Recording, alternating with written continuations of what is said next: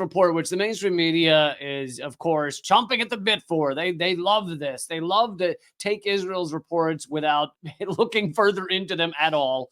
And I got to warn you, and I'm going to avoid the worst of it, but this is a horrific topic. Even if some or much of it is lies, it still is horrific to hear about, even if it is fake. It's horrific to hear about. So I'm just warning you that that's coming up. But so there's a report that Israel has put out, detailing in many ways the systemic sexual violence. This is not saying that one Hamas fighter did something horrible. This is saying systemic sexual assault as a weapon of war is what this report is detailing. And the Gray Zone did a good job of breaking this down because most mainstream media, of course, and here they've got a shot of the CNN coverage. Disturbing new report on sexual violence by Hamas on October 7th. The Gray Zone is talking about how the new Israeli report alleging systematic and intentional rape by Hamas relies on debunked Western media reports. Western media outlets are hyping a new report by the Israeli government-affiliated Association of Rape Crisis Centers, ARCC, which maintains that Hamas combatants carried out a campaign of systematic and intentional rape on October 7th. The report shows systematic rapes, murder of women in Israel on October 7th. The Germany's DPA, that's one of the mainstream outlets, and he lists some others, as well as, of course, of CNN, the photo you saw. Despite the AP's acknowledgement that the report, quote, did not specify the number of cases it had documented or identify any victims, even anonymously. I'm not saying they got to give victims names, but even anonymously, they didn't detail victims, and that its authors, quote, declined to say whether they had spoken to victims, unquote. Dozens of mainstream outlets have presented its findings as incontrovertible fact. Yet a close examination of the report reveals that the paper is short on new research, absent of hard evidence, and reliant instead on clips from factually challenged articles by the same Western outlets promoting its publication. And what we're about to get to is this kind of circle jerk where, and it's not just about Israel, the US will often do this about other accusations like the Russian Taliban bounty story and stuff like that. They'll get some outlet like the New York Times to print it without any evidence. Basically, CIA sources say, and they print it. And then every other source sources the New York Times article. Then you'll have a report that sources the people that source the New York Times article. And it's just a big circle jerk without anyone looking in to where the initial source was. Like what is the evidence? To continue from the article, among the paper's most frequently cited sources is an infamously shoddy New York Times report by Jeffrey Gettleman purporting to detail how Hamas weaponized sexual violence on October 7th. However, following an internal staff uproar prompted by a series of Gray Zone exposés, which highlighted major inconsistencies and demonstrable falsehoods by the paper's sources, the New York Times canceled an episode of its podcast about the article. This new report is sourcing a completely discredited report in the New York Times. And that journalist then went on. I've showed this clip before on this live stream, but I really need to show it again because it is so amazing. He then went on to say that evidence is not important when reporting things. Listen to this. I don't want to even use the word evidence because evidence is almost like a legal term that suggests you're trying to prove an allegation or prove a case in court. That's not my role. We all have our roles, and my role is to document, is to present information, is to give people a voice.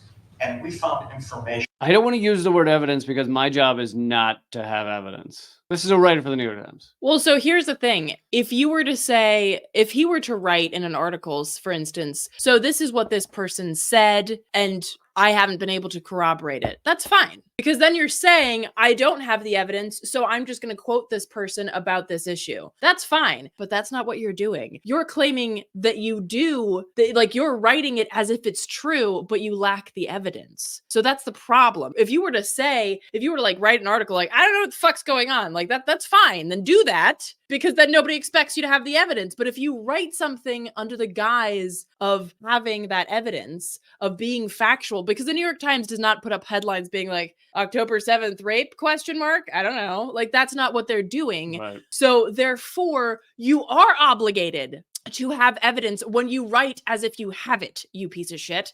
That's the whole point. And this is also the whole point of propaganda. It's to make it appear as though we have all of the answers, or like, as Alex Jones likes to say, all the documents, when you don't, when you've got bupkis, basically. I wanted to say F all, but Bunk. bunk? Bunk. Bunk. Oh, I thought you said bunt, like a bunt cake. Bung. Bung? I think we're going off the rails here. Dung. To quote Lee Camp, if you got your thumb up your ass and your dick in your hand, that's not nothing.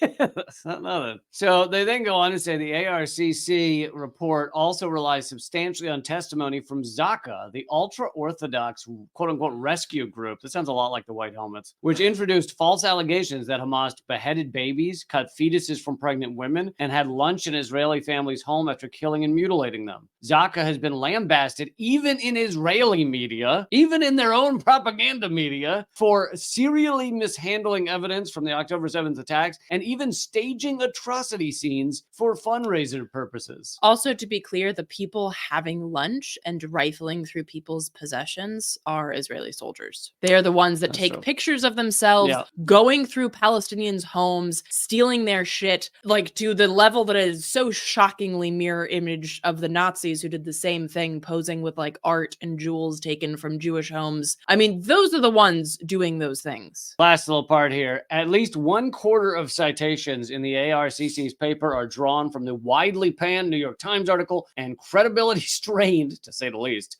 Zaka volunteers. The rest of the paper relies on dubious self-proclaimed witnesses like the Israeli army reservist Sherry Mendez, who falsely claimed that Hamas not only cut a fetus from a pregnant Israeli woman, but beheaded its mother. All of this has been completely debunked. And here's the thing. If you wanted to put out a report that you legit, I don't know, that you tried to say, look, some of these things could have happened. We need to look into this more, trying to bring real evidence. That's one thing. But this report is the polar opposite of actually having any evidence to show systematic sexual violence by Hamas. And again, like I know I said it on the show and on other shows too. Sexual violence is a very useful tool, really, in these instances because it is so difficult to quote unquote prove. Particularly, like I saw in that article that it's like a young woman and it's a dead body and could have been like blown off. Maybe she was attacked while she was getting dressed or something. But I don't know. By the IDF? I don't know. But here's the thing. They just go ahead, snap a picture, and then they say Hamas did this, Hamas raped her. And nobody can say anything because you don't need evidence of that in these instances because it's like impossible to prove anyway, especially with like the burned bodies and things like the